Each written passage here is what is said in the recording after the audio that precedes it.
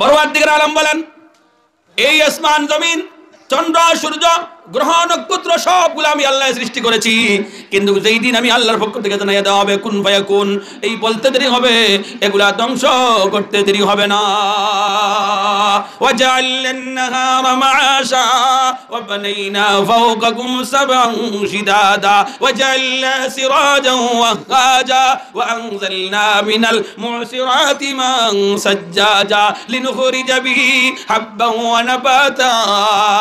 এই জায়গায় সূরার মধ্যে লম্বা আলোচনা করেছেন মানুষ জাতির ক্ষেত কৃষির ব্যবস্থা, পানি সেচ, সবগুলোর ব্যবস্থা, খাওয়া দাওয়া, ফল ফুল সবগুলা, এই সবগুলা বর্ণনা দিয়া উদাহরণ দিয়া বলে রাসূল তাদেরকে দিকাও ক্ষেত কৃষি করে পানি দেই, বৃষ্টি দেই, সাগর থেকে পানি উঠাই আবার জমিনে দেই, এই সবগুলা খেয়ে করে তখন তারা স্বীকার করে সবগুলা আল্লাহ তাআলা এবার জানাইয়া দেন তাদেরকে। বলো এরপরেও যদি তারা বিশ্বাস করে না তাহলে তাদের জন্য মহা কঠিন সংবাদ, ইন্না জাহান্নামা কানাত মিরসাদাল লিত্তাগিনা মাআবাল্লা বিসিনা ফিহা আহকাবা। এরপরেও যদি আমি আল্লাহকে মানে না, আখিরাতকে মানে না, পরকালকে মানে না, পরকালের চিন্তা করে না, আখিরাতের জবাবদিহিতার চিন্তা করে না, আমি আল্লাহর গোলামি করে না, আমি আল্লাহর দাসত্ব করে না, তারপরেও নাফরমানি করে, আমার বিরুদ্ধাচরণ করে, তাদেরকে জানাইয়া দাও তাদের জন্য কঠিন আযাব আমি আল্লাহ তৈরি করে রেখেছি। ইন্না জাহান্নামা কানাত মিরসাদাল লিত্তাগিনা মাআবাল্লা বিসিনা ফিহা আহকাবা লা ইয়াযুকুনা ফিহা বারদান ওয়ালা শারাবান ইল্লা হামিমান ওয়া গাসসাকা। আল্লাহ তাআলা বলেন সব বর্ণনা করার সুযোগ নাই। আল্লাহ তাআলা বলেন তোমরা যদি আমার নাফরমানি করো, ও আমার বান্দারা, তোমরা যদি আমার দাসত্ব করো না, তোমরা যদি এক আল্লাহ মানো না, আমার দ্বীন মানো না, আমার গোলামি করো না, দুনিয়ার জমিনে জিনা করো, ডাকাতি করো, চুরি করো, মিথ্যা কথা বলো, নামাজ ত্যাগ করো, আমি আল্লাহর দাসত্ব করো না, তাহলে তোমাদের জন্য আমার জাহান্নাম তৈরি করা হয়েছে। সেই জাহান্নাম তো সাধারণ জিনিস না, আহকাবা, যেই জাহান্নামের এই হুকবা কঠিন কোটি কোটি বছর জাহান্নামের আগুনে জ্বলতে হবে। আমার নবী মুহাম্মদুর রাসূলুল্লাহ সাল্লাল্লাহু আলাইহি ওয়াসাল্লাম গারো হেরায়, জিবরাইল কোরআন নিয়ে গারো হেরায়। আমার নবী মুহাম্মদুর রাসূলুল্লাহ সাল্লাল্লাহু আলাইহি ওয়াসাল্লাম আয়েশা রাদিয়াল্লাহু তাআলা আনহার হুজরাখানায়, জিবরাইল সেই হুজরাখানায় আমার নবী উহুদের ময়দানে, যুদ্ধের মাঠে, সেই জায়গায় জিবরাইল কোরআন নিয়ে যুদ্ধের ময়দানে, আমার নবী তবুকের যুদ্ধে, সেখানে জিবরাইল আলাইহিস সালাতু ওয়াস সালাম কোরআন নিয়ে সেখানে নাজিল হয়েছেন। আমার নবী মদিনাতুল মুনাওয়ারায় রাসূল পাক সাল্লাল্লাহু আলাইহি ওয়াসাল্লামের কাছে সেই মদিনাতুল মুনাওয়ারা জিবরাইল কোরআন নিয়ে হাজির হয়েছেন। আমার নবী মুহাম্মদুর রাসূলুল্লাহ সাল্লাল্লাহু আলাইহি ওয়াসাল্লাম গুলার উপরে, উটের উপরে, এই অবস্থায় জিবরাইল আলাইহিস সালাতু ওয়াস সালাম কোরআন নিয়ে নাজিল হয়ে হাজির হয়েছেন। বলে সুবহানাল্লাহ। প্রেক্ষাপটে এসে গেল বর্তমান সময়ের কিছু আধুনিক ডিজিটাল ভদ্র শিক্ষিত কিছু ওয়াইজ সমাজে বের হয়েছে, যারা ওয়াজের মাধ্যমে প্রকাশ করতে চাইছেন যে আমার নবী নিরক্ষর ছিলেন। বলেন নাউযুবিল্লাহি মিন যালিক। নবী মুহাম্মদুর রাসূলুল্লাহ সাল্লাল্লাহু আলাইহি ওয়াসাল্লাম নিরক্ষর ছিলেন না। দুনিয়ার মানুষের কাছে শিক্ষা গ্রহণ করে শিক্ষিত হয়েছে। আর আমার নবী মুহাম্মদুর রাসূলুল্লাহ সাল্লাল্লাহু আলাইহি ওয়াসাল্লামের স্কুল ছিল, গার হেরার মধ্যে স্কুল ছিল। বলে সুবহানাল্লাহ। সেই স্কুলের উস্তাদ ছিলেন মহান রব্বুল আলামিন। সুবহানাল্লাহ কইতা না? আল্লাহ তাআলার চাইতে বড় শিক্ষক আর কেউ কি আছে? পরওয়ারদিগার আলম দীর্ঘ শিক্ষক 23 বছরের, দীর্ঘ 23 বছর পরওয়ারদিগার আলম নবী পাক সাল্লাল্লাহু আলাইহি ওয়াসাল্লামকে কোরআন এই জিবরাইলের মাধ্যমে কোরআন শিক্ষা দান করেছেন। সুবহানাল্লাহ বলেন। লা তুহাররিক বিহি লিসানাকা লিতাজালা বিহি ইন্না আলাইনা জামআহু ওয়া কুরআনা।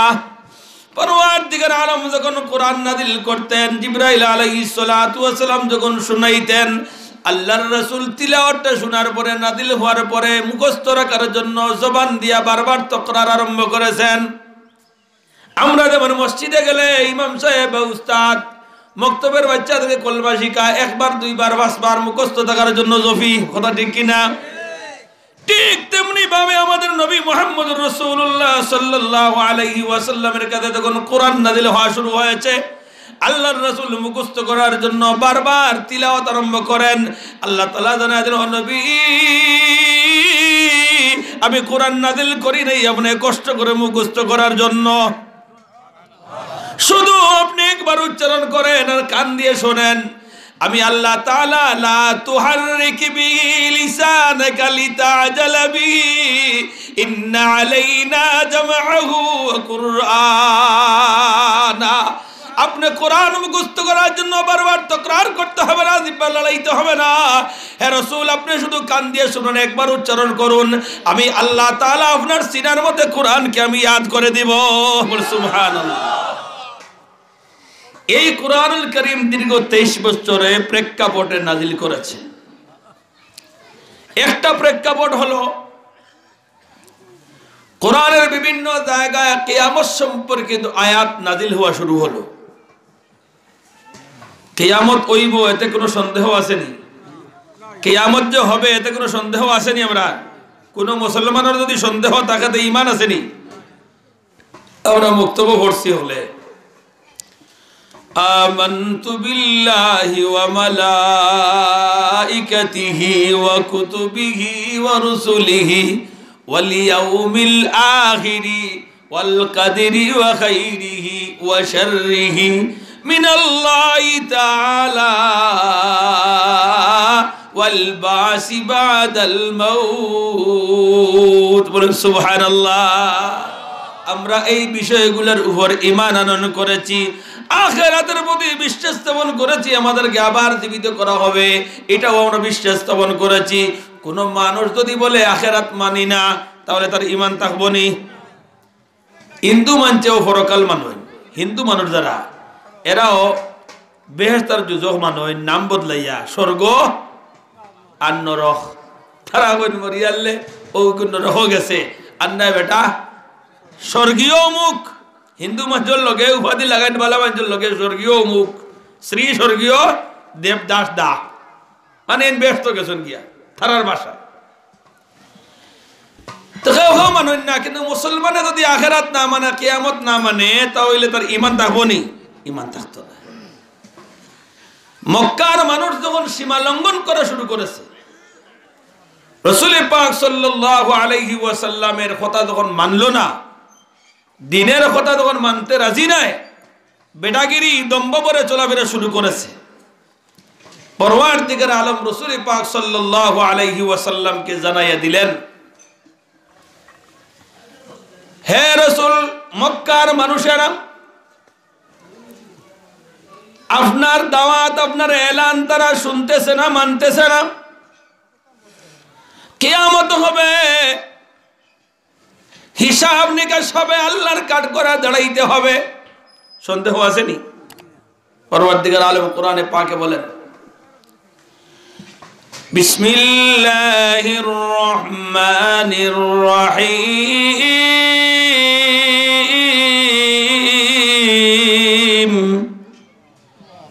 ইযা যুলজিলাতিল আরদু জিলজালাহা। কিয়ামত যখন সংগঠিত হবে, ইসরাফিল আলাইহিস সালাতু ওয়াস সালাম পরওয়ারদিগারে আলমের কাছ থেকে অর্ডার প্রাপ্ত হওয়ার পরে সিংহায় ফুৎকার দিবেন। হযরতে ইমাম আবুল সাবরকান্দি রাহমাতুল্লাহ আলাইহি উনার তামবিহুল গাফিল কিতাবে কিয়ামত সম্পর্কিত আলোচনা করতে গিয়া বলেন, ইসরাফিল আলাইহিস সালাতু ওয়াস সালাম কিয়ামত সংগঠিত করার জন্য সিংহার মধ্যে 3 বার ফুঁক দিবেন, মতান্তরে 2 বার। প্রথম সিংহার ফুৎকার হবে দীর্ঘ 6 মাস লম্বা। কয় মাস লম্বা? 6 মাস লম্বা।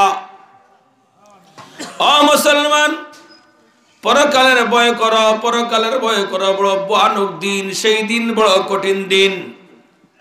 পরওয়ারদিগার আলম ওই দিন সম্পর্কে বলেন, এত কঠিন দিন কোরআনে পাকে বলেন, ইয়াউমা ইয়াজমাউল্লাহুর রুসুলা ফায়াকুলু মাযা উজিবতুম।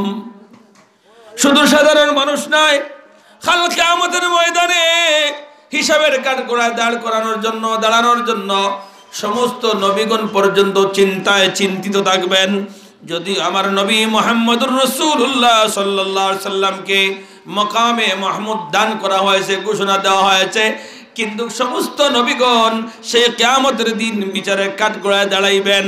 প্রত্যেক নবীগণে যার যার অবস্থা বর্ণনা করার জন্য প্রস্তুতি গ্রহণ করবেন আর চিন্তায় চিন্তিত থাকবেন। তাহলে নবীগণ পর্যন্ত চিন্তায় চিন্তিত থাকবেন আর বন্ড ফির হে নিজে ভার হইতো না, তার মুরিদ ভার করতো। বন্ড ফিরের কাছে মুরিদ হইলে অজু গোসল কুন্দা লাগে না, নমাজও লাগে না বলে ব্যস্ত দেব গিয়া ফিরে ভার করে নিব, পারবো নি? নবী পর্যন্ত, নবীগণ পয়গম্বর পর্যন্ত চিন্তিত। সেই দিনের নাম কিয়ামত। ইমাম গাজ্জালী রাহমাতুল্লাহ আলাইহি ওনার দাকায়কুল আকবার কিতাবে বর্ণনা করেন, খুতবাতে জুলফিকারেও আলোচনা করেন। হযরত ইসরাফিল আলাইহিস সালাতু ওয়াস সালাম সিংহায় ফুৎকার শুরু করবেন। প্রথম ফুৎকার যখন আওয়াজ হবে বাঁশির আওয়াজের মতো, আওয়াজ যখন হবে, একজন মানুষ যখন প্রথম শুনবে তার কানে লম্বা বাঁশির আওয়াজ, 1 মিনিট 2 মিনিট চিন্তায় পড়ে যাবে। বাঁশির আওয়াজ এত লম্বা হয় না, শুরু করলো আস্তে, এখন শোনা যায় আওয়াজ বেড়ে গেছে, কয়েক মিনিট হয়ে গেছে। একজন আরেকজনকে জিজ্ঞাসা করেন, ভাই কোনো কিছুর আওয়াজ কি শুনতে পাইতেছ? তখন আশপাশের লোকগুলা বলবেন, হ্যাঁ একটা যেন আওয়াজ আমার কাছে লাগতেছে।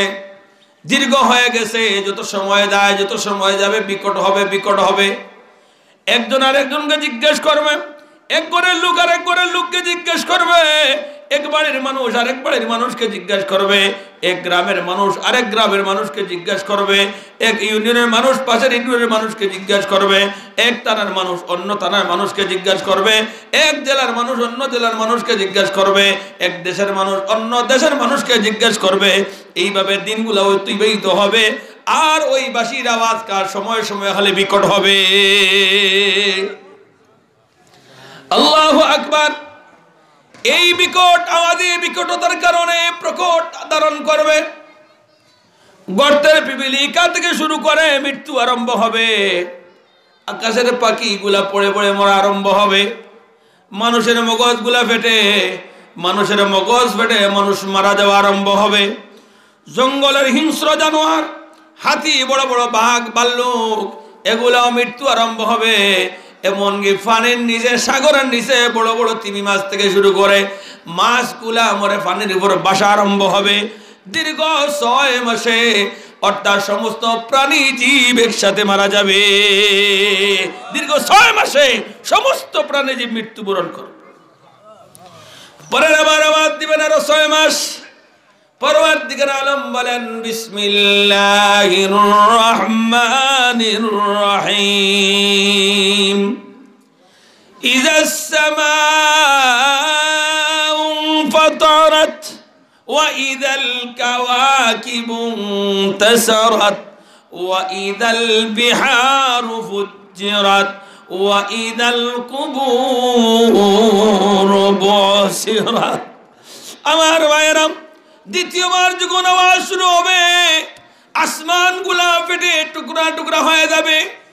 ইয়াউমা ইউনফাখু ফিস-সূরি ফাতাতুনা আফওয়াজা ওয়া ফুতিহাতিস সামাউ ফাকানাত আবওয়াবা। টুকরা টুকরা আওয়াজ শুরু হবে, আসমান গুলা ভেঙে চুরমার হবে, আকাশের তারকা গুলা তুলার মতো উঠতে থাকবে। বিরাট বিরাট পাহাড়, এক পাহাড় আরেক পাহাড়ের সঙ্গে ধাক্কা লেগে লেগে তুলার মতো চুরমার হয়ে যাবে, সবগুলো সমতল হয়ে যাবে। এর নাম হলো কিয়ামত। মহাপ্রলয়ঙ্কালী সেই দিনের নাম হলো কিয়ামতের দিন। দিনের নাম কি? কিয়ামতের। এই বয়ের কথাগুলা, কিয়ামত সম্পর্কিত আয়াতগুলা যখন নাজিল হওয়া শুরু হয়েছে, রাসূল পাক সাল্লাল্লাহু আলাইহি ওয়াসাল্লাম মক্কার মানুষদেরকে যখন বিষয়ে জানাইয়া দেওয়া শুরু করলেন, তখন মক্কার মানুষে খানাগুসা আরম্ভ করেছে। কোনো কোনো বিষয়, আশ্চর্যজনক কোনো বিষয় হইলে কিন্তু মানুষে খানাখানি করেন না নিবা, মাত্র না খানি, কিন্তু খানাখানি করেন না নি। যেমন নকুলপুর, আপনারা নকুলপুর তো সোনাহুর নি, আমরা আগে নকুলপুর কইতাম।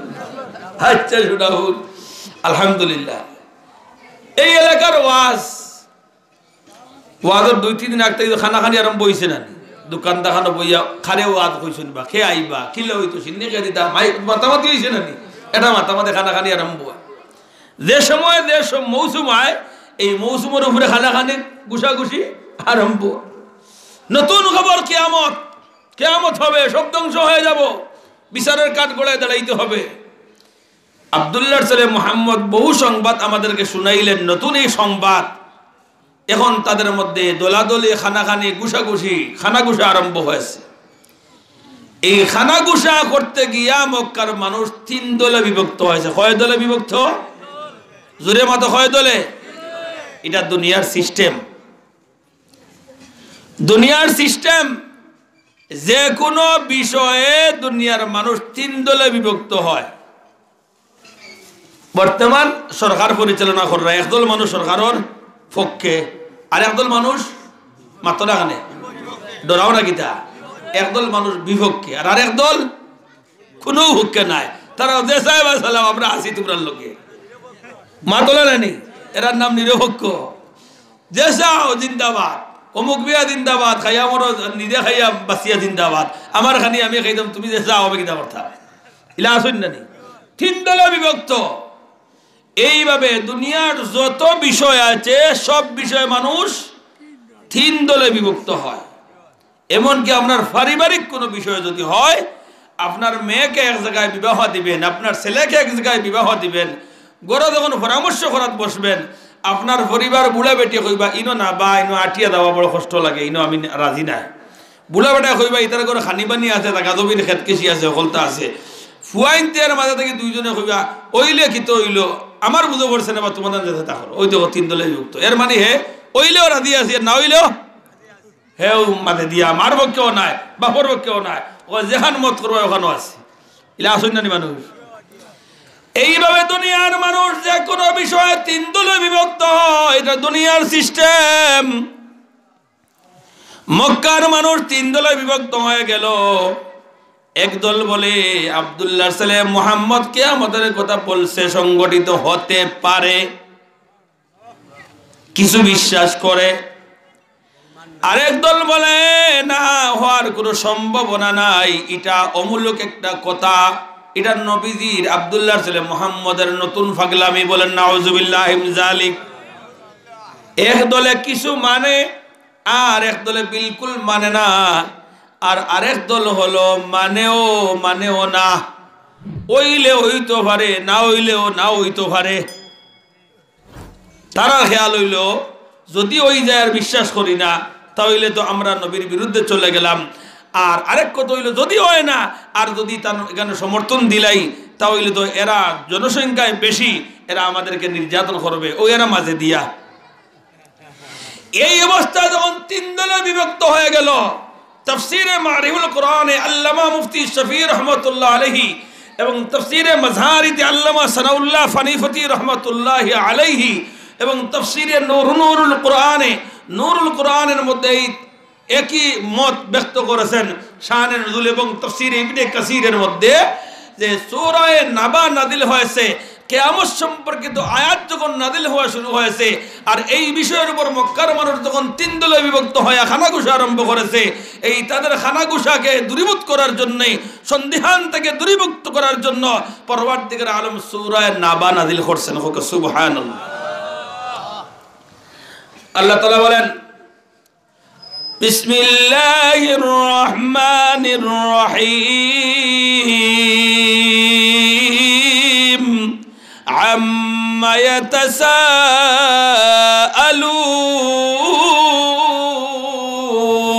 ইয়াতাসাআলুন আনিন নাবাইল আযীম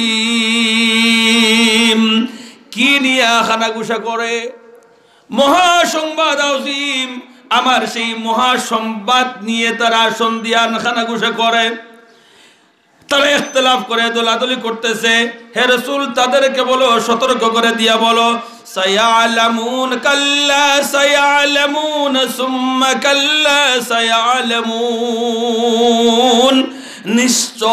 নিশ্চয় অবশ্য কিয়ামত সংঘটিত হবে এতে কোনো সন্দেহ নাই সেই মহা সংবাদ তারা অচিরেই দেখতে পাবে।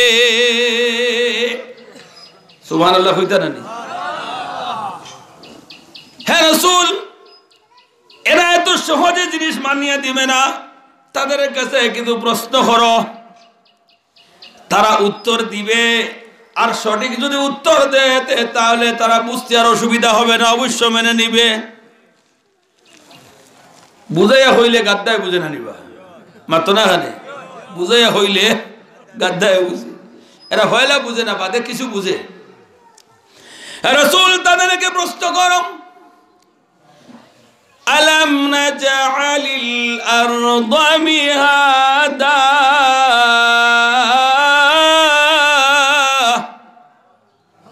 আলাম নাজআলিল আরদা, এই জমিন কেন খেয়ে বানাইছেন? জোরে হো, জমিন খেয়ে বানাইছেন আল্লাহ। জমিন খেয়ে বানাইছেন আল্লাহ। দুনিয়ার সব নেতা খেতে এখন হইয়া সিলেট জেলায় এখন জমিন বানাইতে পারবানি? পারবানি? ক্ষমতা হলো শেষ। রকেট লইয়া একবারে চন্দ্রর দেশে সূর্যের দেশে যাইতে পারবা, জমিন এক জেলা বানাইয়া দেখাইতে পারত না। সাগরে দিয়ে বানাইলে আল্লাহ তাআলার দেওয়া সেই স্বরগুলা হয়, তুমি আমি কেউ বানাইতে পারি না। আলাম নাজআলিল আরদা মিহাদা, হে রাসূল তাদেরকে জিজ্ঞেস করো, এত সুন্দর করে বিছানার মতো যেই জমিনের উপর দিয়া গাড়ি চালায়, ট্রেন চালায়, ঘর বানায়, বিল্ডিং বানায়, 100 তলা 150 তলা ঘর বানায়, জমিন নড়াচড়া করে না। হে রাসূল তাদেরকে জিজ্ঞেস করো, এত সুন্দর করে বিছানার মতো এই জমিনটাকে বানাইছে? আপনারা বলুন, কে বানাইছে? এই জমিনের মালিক কে? আল্লাহ। জমিন সৃষ্টি করেছেন, কোথায় খাল হবে, কোথায় নদী হবে, কোথায় সাগর হবে, এই সবগুলো আল্লাহ সিদ্ধান্ত নিয়া, আল্লাহর হিকমত দিয়া, আল্লাহর জ্ঞান দিয়া আল্লাহ তাআলা সৃষ্টি করেছেন। সুবহানাল্লাহ। এখন কাফিরের দলে হলে এটা তো আল্লাহ বানাইছেন। সুবহানাল্লাহ। কে বানাইছেন? আল্লাহ বানাইছেন। এক প্রশ্ন, এক প্রশ্ন। আল্লাহ তাআলা ফরমায়, হে রাসূল তারা আরো কিছু প্রশ্ন করো। আলাম নাজআলিল আরদা মিহাদা ওয়াল জিবালা আওতাদা, জমিনি কান পৃথিবীর 6 অংশের 1 অংশ। সুবহানাল্লাহ। 5 অংশ পানি আর 1 অংশ সমতল জমিন। তাহলে এই চতুর্দিকে পানি, পানির মাঝখানে নৌকা, ইকান কি তাহলে সোজা চলবো নি? তোরা বাতাস আইলে খাইতে হয়ে যাবে, এক গলাই বাই উঠলে আর এক গলাই উপরে দিয়ে যায় গিয়া, ওলা রানি নাও নড়াচড়া করতো না করি মাঝি বেটা আগর গলে অত বড় কিতাগো দেন না নিবা, ফাত্তরে গো দেন না নি, দেখলাও বাজুবা কইলে হিবাজু যাতে উপরে দিয়ে না উঠে, ব্যালেন্স জাগাত থাকে, লড়াচড়া করতো না করিয়া একটা ব্যবস্থা। পৃথিবীর ফানি আর ফানি, 6 অংশের 1 অংশ জমিন পৃথিবী। মানুষ এই পৃথিবী, এই জমিন পানির উপরে বসমান। মানুষে বিল্ডিং বানাবে, ট্রেন চালাবে, গাড়ি চালাবে, জমিন নড়াচড়া করবে, আমার বান্দার অসুবিধা হবে। আমি পরওয়ারদিগার আলম জমিন নড়াচড়া না করার জন্য হে রাসূল তাদেরকে জিজ্ঞেস করো, আলাম নাজআলিল আরদা মিহাদা ওয়াল জিবালা আওতাদা,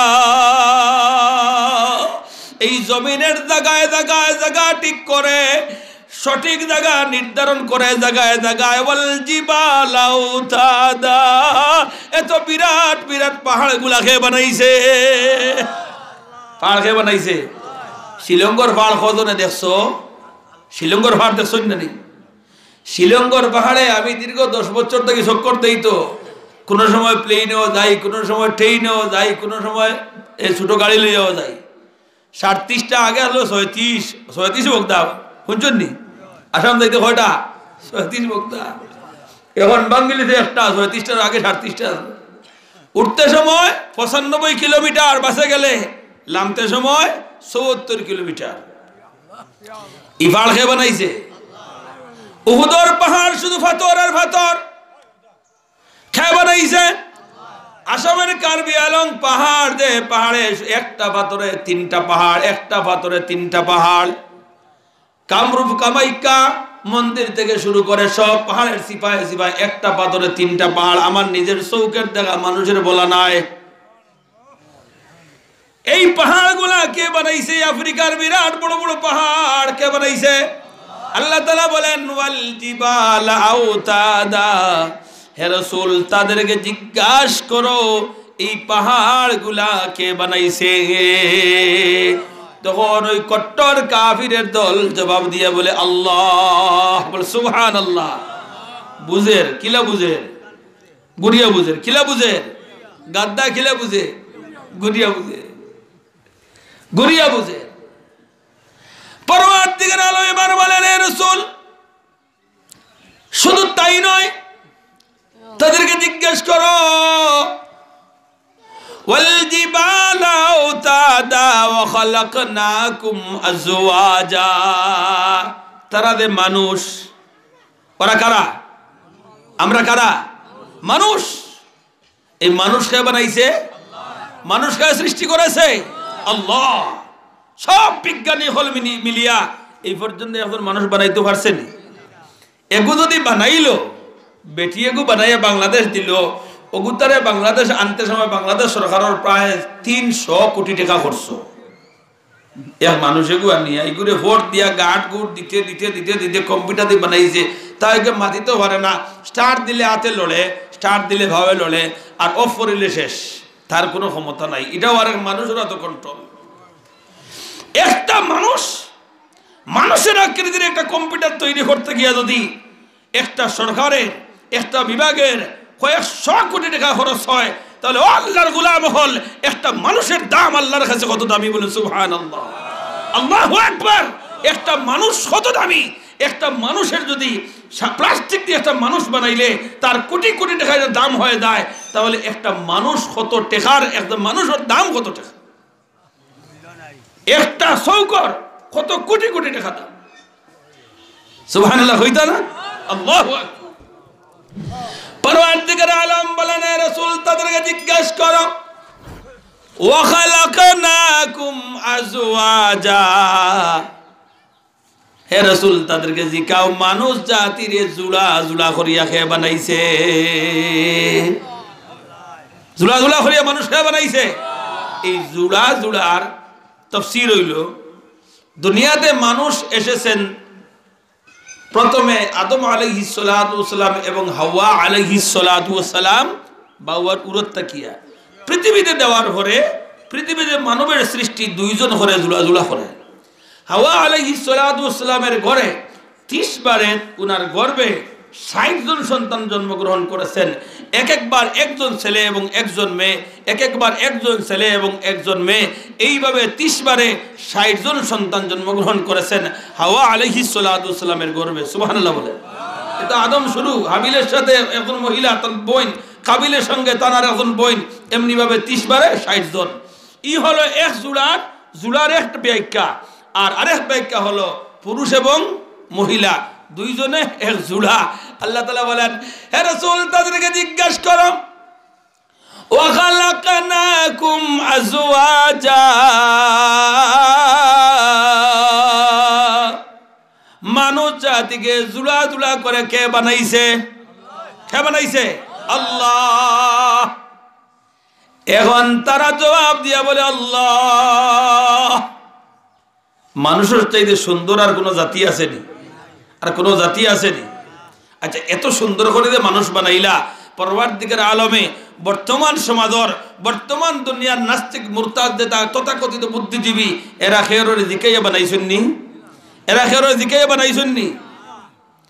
মাঝখানো তোরা প্রশ্ন করি আপনারা উত্তর দিবা, এটা জানার দরকার আছে।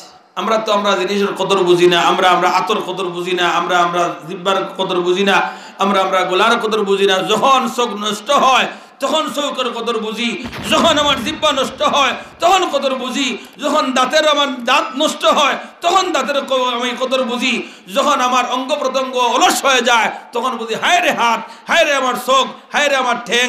তখন আমরা বুঝি না এটা নিয়ামত থাকতে নিয়ামতের কদর আমরা করি না।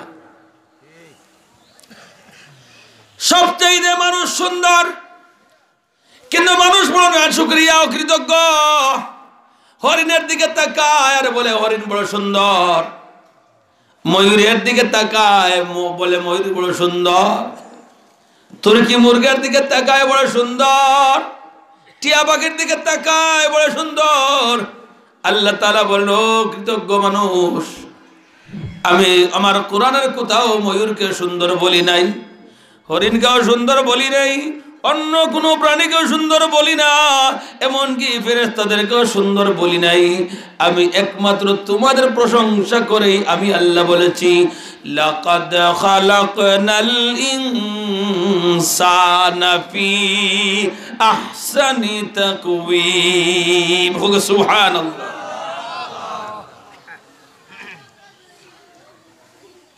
সবচেয়ে সুন্দর হলো মানুষ।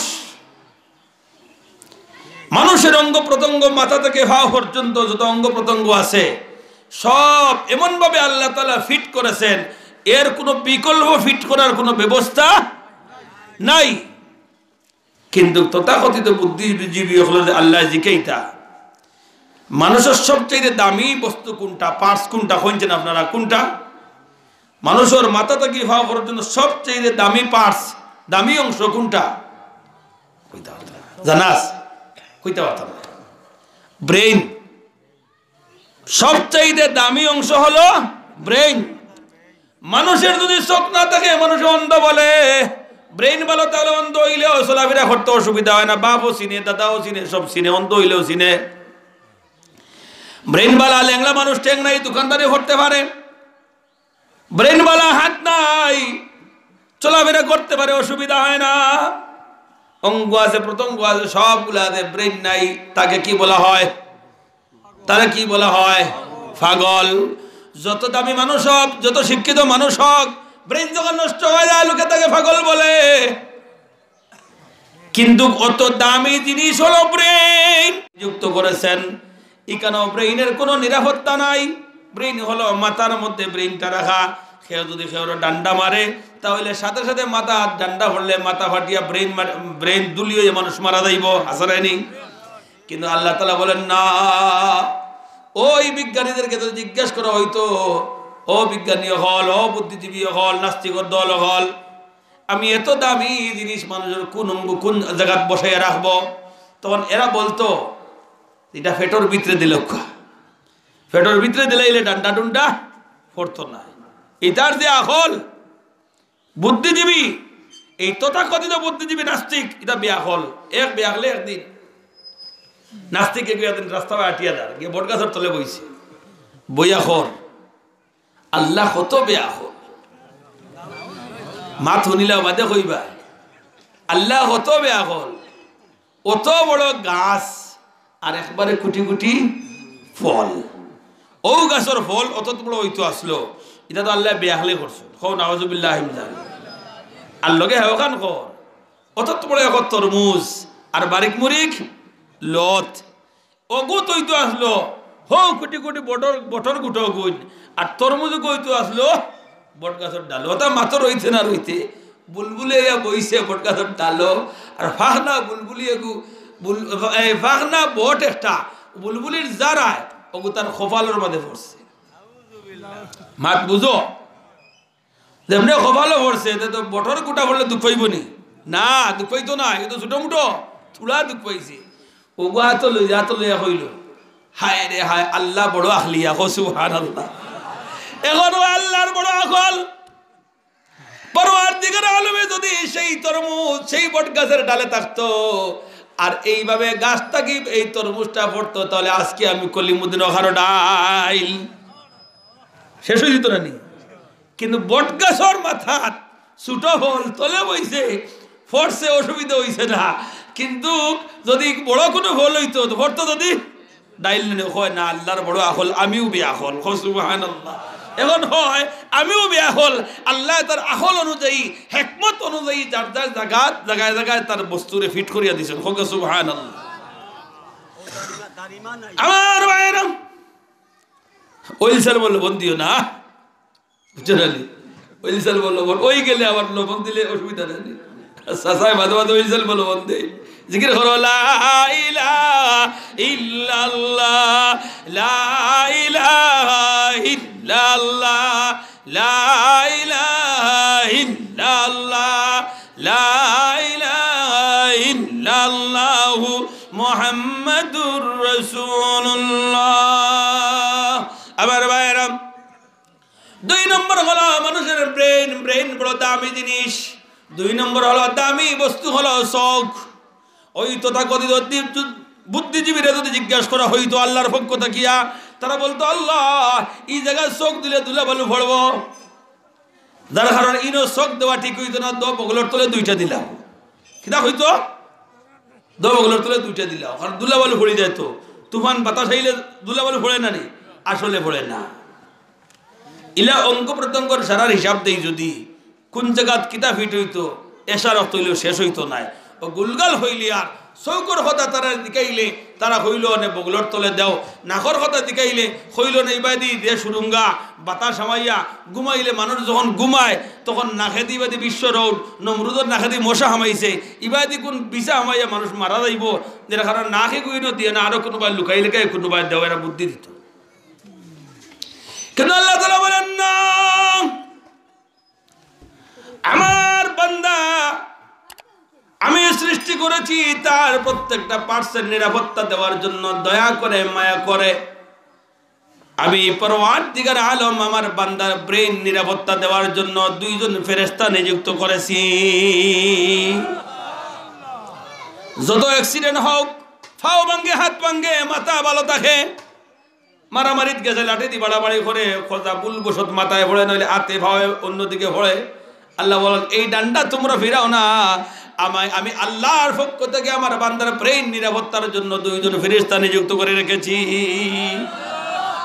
চৌকে ধুলাবালি পড়বে, সেই জন্য আমি আল্লাহ নিচের টুটে একজন ফেরেশতা, উপরের টুটে উপরের উটের মধ্যে আর একজন ফেরেশতা, এমনি ভাবে চৌকের নিরাপত্তা দেওয়ার জন্য আমি আল্লাহ 60 জন ফেরেশতা নিযুক্ত করে দিয়েছি।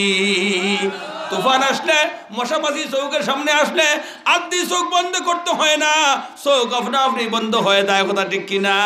আল্লাহ তাআলা বলেন বান্দা তোর এই উটগুলা চোখগুলা তুই বন্ধ করস না, আমি আল্লাহ আমার ফেরেশতার মাধ্যমে চৌকের নিরাপত্তা দিয়ে থাকি।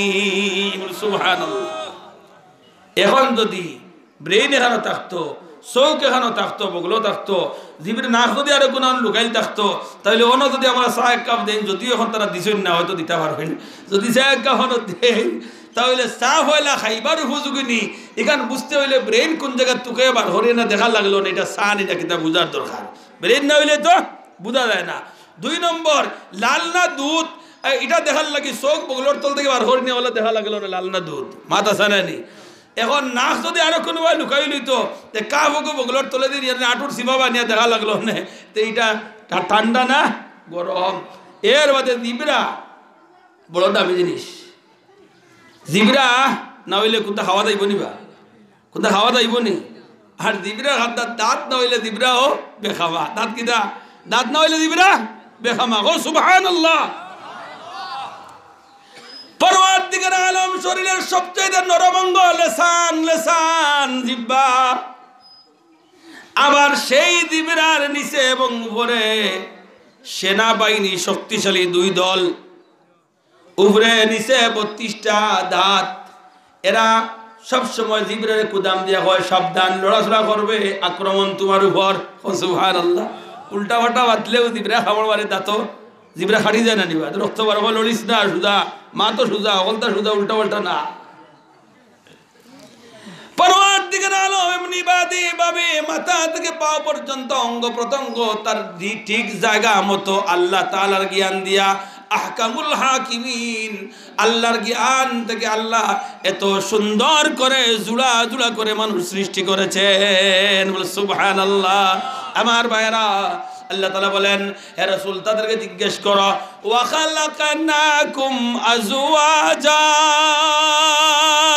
জুড়া জুড়া করে মানুষকে সৃষ্টি করেছে। তখন তারা জবাব দিয়া বলে এগুলো আল্লাহ সৃষ্টি করেছেন। সুবহানাল্লাহ। আল্লাহ তাআলা ফরমায় হে রাসূল শুধু তাই না, আরো কিছু প্রশ্ন করো। মানুষ এরা ঘুমায় না, আমরা ঘুমাই না, না ঘুমাইলে বালা লাগেনি, ঘুমি কান দিছে খে যদি ঘুম দিছে খে কত বেটাই তোর ঘুম নাই ডাক্তারের কাছে গিয়ে এখন ডাক্তার সাহেব ঘুম নাই টেনশনে ঘুম লাগে না ওষুধ দাও ট্যাবলেট খাইলেও ঘুম লাগে না ইলা আছে না কিন্তু পরবর্তীকার আলমের পক্ষ থেকে ঘুম নামক নিয়ামত যেটা দান করা দেন সেটা তো ঔষধের প্রয়োজন হয় না সময় আসলেই সেটা ঘুম এসে যায় আল্লাহ তাআলা বলেন রাসূল তাদেরকে জিজ্ঞাও ওরা যে ঘুমায় ওয়াজআলনা নাওমাকুম সুবাতা ওরা যে ঘুমায় ঘুমটা তাদেরকে কে দিয়েছে তখন তারা জবাব দিয়া বলে ঘুম নামক নিয়ামত আল্লাহ তাআলা দান করছেন বলেন সুবহানাল্লাহ এই নিয়ামত পাইতে হলে এই নিয়ামতের শুকরিয়া আদায় করতে গিয়ে বান্দা যখন ঘুমের ঘরে যায় বিছনায় যখন মাথা লাগাবে বালিশে তখন বলবে রাসূলের সুন্নাত হলো আল্লাহুম্মা বিসমিকা মুতু ওয়া আহইয়া বান্দা যদি ঘুমায় আর ঘুম থেকে যদি না উঠে তাহলে তার জীবনের শেষ ঘুম সেই জন্য আল্লাহর কাছে দোয়া চাওয়া পরবর্তীকার আলম বলেন রাসূল তাদেরকে জিজ্ঞেস করো ঘুম নামক নিয়ামত তাদেরকে কে দান করেছে ওয়াজআলনা নাওমাকুম সুবাতা তখন কাফেররা জবাব দিয়া বলেন আল্লাহ কে দিয়েছে আল্লাহ এখন ঘুমাইতে হইলে একটা পরিবেশ লাগে না নিবা মাতো না হারে ঘুমাইতে একটা দিনও যত ঘুমাও মুরগায় যদি খালি কুকুরুক্কু হইলে ঘুম থাকেনি মাতো না হারে থাকেনি মাথিও ঘুম থাকেনি ঘুম থাকে না তিনটায় ক্রোধা করি ঘুমাইয়ে করো যত দরজা লাগাও এর বাদেও ফর্সা লাগে না নি ফর্সা লাগে আর দাইরিতে বেটিনতে যখন হুরন্দি হুরনা যদি মুড়া হুরন্দি হুরিলাইন গোড়াত আর ঘুম রইব নি ঘুম রইত না এই জন্য পরবর্তীকার আলমে বান্দার প্রতি দয়া আর মায়া করে ঘুমের একটা পরিবেশ করে দিয়েছেন বলে সুবহানাল্লাহ পরবর্তীকার আলম বলেন রাসূল তাদেরকে জিজ্ঞেস করো ওয়াজআলনাল লাইলা লিবাসা সুবহানাল্লাহ কই দেন ঘুমর লেবাস হইল রাত্রি বেলা হক সুবহানাল্লাহ ঘুমর লেবাস রাইট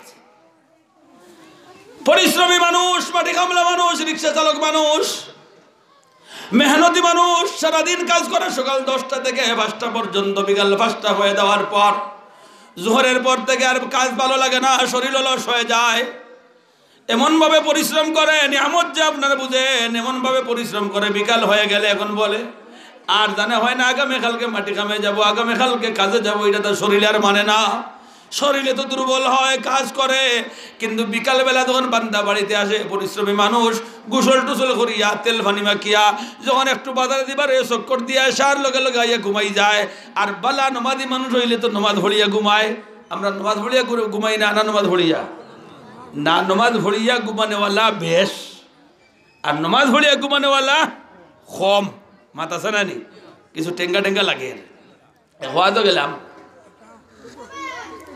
গেলাম সুনামগঞ্জ ও সুরমা নদী আরো দূরের ভিতরে দিয়া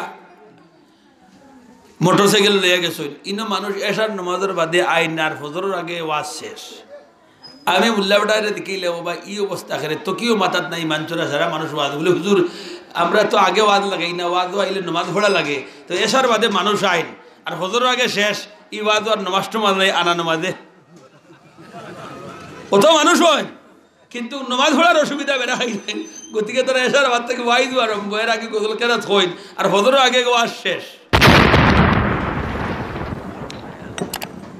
এটা আসামও ভাইছি আসাম ওই দরং তারপর ডিব্লিগড় তারপর তিনসুকিয়া ধুবড়ি বিলাসীপাড়া বঙ্গাইগাঁও বরপেটা গোয়ালপাড়া শিবসাগর ও উত্তর এর বাদে পশ্চিম কলকাতা মেদিনীপুর এর বাদে কিতা নাদিয়া তাদিয়া এই সমস্ত এলাকার বাঙালি মুসলমান আসেন ইটাও এসার বাদে ওয়াজ নমাজ পড়তা না করিয়া ওয়াজআলনাল লাইলা লিবাসা হে রাসূল তাদেরকে জিজ্ঞাসা করো ঘুম নামক নিয়ামত সেইটা এটা লেবাস হিসাবে রাত্রে আমি আল্লাহ দান করছি আমার বান্দা সারাদিনে পরিশ্রম করে বিকাল বেলা যখন চক্কর দিয়া ঘুমায় ঘুম থেকে উঠার পরে আগের দিনের সারা পরিশ্রম সে ভুলে যায় সুবহানাল্লাহ। এই পরিশ্রমের ঔষধ টাকা দিয়ে খরচ করলে হবে না, ঔষধ খাইলে হয় না। আবার বান্দা যদি চোখ ভরিয়ে ঘুমাইতে পারে তাহলে তার আগের দিনের পরিশ্রমের ঔষধ হয়ে যায়। এই ঘুমও নিয়ামত, রাত্রিও নিয়ামত। এই দুইটা নিয়ামত কে দান করেছে? তখন কাফেররা বলে আল্লাহ। আল্লাহ তাআলা বলেন রাসূল শুধু তাই না, তাদেরকে আরো কিছু জিজ্ঞেস করো, আরো কিছু জিজ্ঞেস করো। ওয়াজআলনান নাহারা মাআশা, শুধু ঘুমাইলে হবে না, আর রাত্রে দেখলেও হবে না। সংসার আছে, বাচ্চা কাচ্চা আছে, ফ্যামিলি আছে, রুজি রোজগার করতে হবে, দোকানদারি করতে হবে, চাকরি করতে হবে, সারাটা রাত্রি ঘুমাইলে হবে না। সেই জন্য আমি আল্লাহ আমার বান্দাদেরকে মায়া করে, ihsan করে, দয়া করে রাত্রির আবরণকে দূর করে দিনের ফর্সা আলো সূর্যের মাধ্যমে ওয়াজআলনান নাহারা মাআশা, বলে সুবহানাল্লাহ। এই দিন এটা খেয়ে দিছে, দিন খেয়ে দিছে আল্লাহ। এখন তারা হল ওইটা তো সারাও আল্লাহ দিছে, সুবহানাল্লাহ। সকলটা খেয়ে দিছে। এবার পরওয়ারদিগার আলম এই সমস্ত দালাইল উপস্থাপন রসুলের কাছে প্রেরণ করলেন। রসুল পাক সাল্লাল্লাহু আলাইহি সাল্লাম তাদের সামনে দলিলগুলো উপস্থাপন করলেন। এখন আল্লাহর রসুল বলেন, ও মক্কার মানুষ, ও মক্কার কাফেররা, ও আমার আত্মীয় স্বজনেরা, যে আল্লাহ জমিন বানাইলা, যে আল্লাহ পাহাড় বানাইলা, যে আল্লাহ মানুষ বানাইলা, যে আল্লাহ রাত্রি দিলা, যে আল্লাহ দিন দিলা, যে আল্লাহ আসমান বানাইলা, যে আল্লাহ আসমান তুমি সাত আসমান সাত তুমি সবগুলো আল্লাহ বানাইলা, যে আল্লাহ সাগর বানাইলা, এই সবগুলা বানানোওয়ালা মিস্ত্রি সেই আল্লাহ কি ধ্বংস করতে পারবেন না? তখন তারা স্বীকার করে। এখন আপনারা বলুন, এই সব কে বানাইছে? আল্লাহ। যে আল্লাহ বানাইছেন বাঙ্গিতে সমস্যা আসেনি?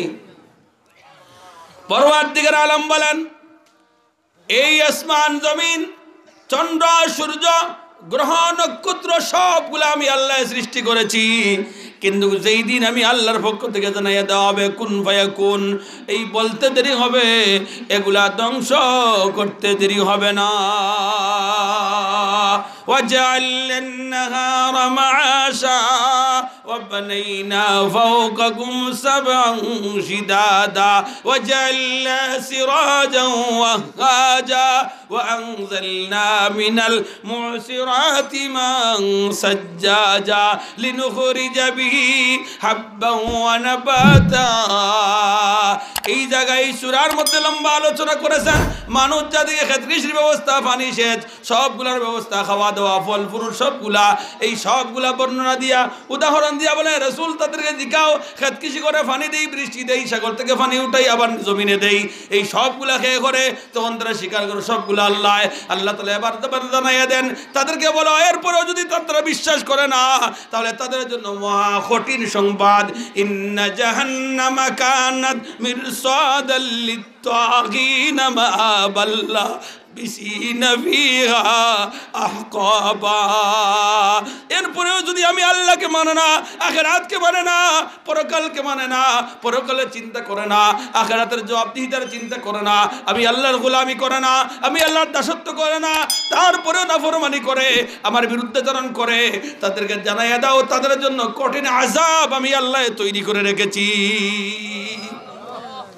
ইন্না জাহান্নামা কানাত মিরসাদাল লিত্তাগিনা মাআবাল্লা বিসিনা ফিহা আহকাবা লা ইয়াযুকুনা ফিহা বারদান ওয়ালা শারাবান ইল্লা হামিমান ওয়া গাসসাকা। আল্লাহ তাআলা বলেন, সব বর্ণনা করার সুযোগ নাই। আল্লাহ তাআলা বলেন, তোমরা যদি আমার নাফরমানি করো, ও আমার বান্দারা, তোমরা যদি আমার দাসত্ব করো না, তোমরা তো এক আল্লাহ মানো না, আমার দ্বীন মানো না, আমার গোলামি করো না, দুনিয়ার জমিনে জিনা করো, ডাকাতি করো, চুরি করো, মিথ্যা কথা বলো, নামাজ রে ত্যাগ করো, আমি আল্লাহর দাসত্ব করো না, তাহলে তোমাদের জন্য আমার জাহান্নাম তৈরি করা হয়েছে। সেই জাহান্নাম তো সাধারণ জিনিস না, আহকাবা, যেই জাহান্নামের এই হুকবা কা হুকবা কঠিন কোটি কোটি বছর জাহান্নামের আগুনে জ্বলতে হবে। আর সেই জাহান্নামের আগুনে জ্বলতে জ্বলতে তোমাদের পানির পিপাসায় ধরবে, খাওয়ার প্রয়োজন হবে, তখন তোমরা আমার কাছে চাইবে, আল্লাহ জাহান্নামের আগুনে জ্বলতে জ্বলতে জ্বলতে জ্বলতে কলিতে বলে সরকার হয়ে গেছে, আল্লাহ খাওয়ার পানি দাও, আল্লাহ আমাদেরকে খাবার কিছু দাও।